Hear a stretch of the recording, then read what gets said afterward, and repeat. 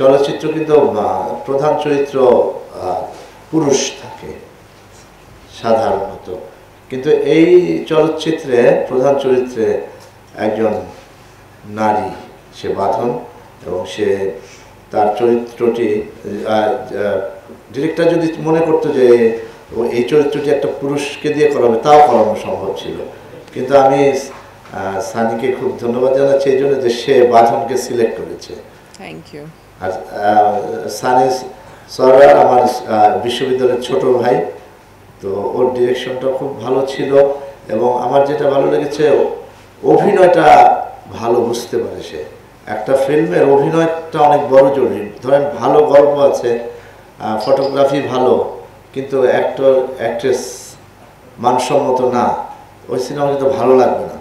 আবার অনেক অনেক ফিল্ম আছে যে গল্প অনেক অসাধারণ না, কিন্তু অভিনয় কারণে অনেক সময় অনেক ভালো লাগে, ব্যতিক্রম আছে। কিন্তু আসলে সব মিলেই চলচ্চিত্র বা নাটক, প্রথম গল্প লাগবে, ভালো গল্প লাগবে, ভালো ডিরেক্টর লাগবে, ভালো অভিনেতা লাগবে, ভালো মিউজিক লাগবে, সব মিলেই আসলে হয় জিনিসটা, ঘটনাটা ঘটে।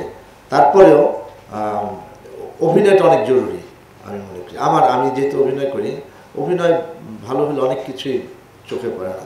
আমি যখন হুমায়ুন আহমেদের নাটক করতাম, তার গল্প ভালো থাকতো, আর অভিনয়টা উনি ঠিকঠাক মতো করানোর চেষ্টা করতেন। এটা অন্য প্রসঙ্গে, কারণ আমি কথা বললে হুমায়ুন আহমেদ আমার সামনে চলে আসে, সেই জন্য বলছি, সরি, এটা ফিল্মের তারপরে বলছি। তো আমি দেখতাম যে, আপনারাও দেখেছেন তার যত নাটক, ওইখানে কিন্তু কোনো কারিশমা নেই যে ওই চাঁদের আলো জানালা দিয়ে পড়লো কি না, এরকম কিছু তার দরকার নেই। সে বলতো ফক ফক একটা করে, যদি এটা টেলিভিশনের নাটক ছিল, কিন্তু গল্পটা ভালো ছিল এবং অভিনয়টা উনি করাতে পারতেন, যে কারণে এত জনপ্রিয় নাটক ছিল তার। যে ধরনেরই করতো উনি, অনেক একদম খুবই প্রেমের নাটক করতেন, আবার হাসির নাটক করতেন, আবার ভৌতিক নাটক করতেন, যে খুব বেশি ওইসব করতেন তা না।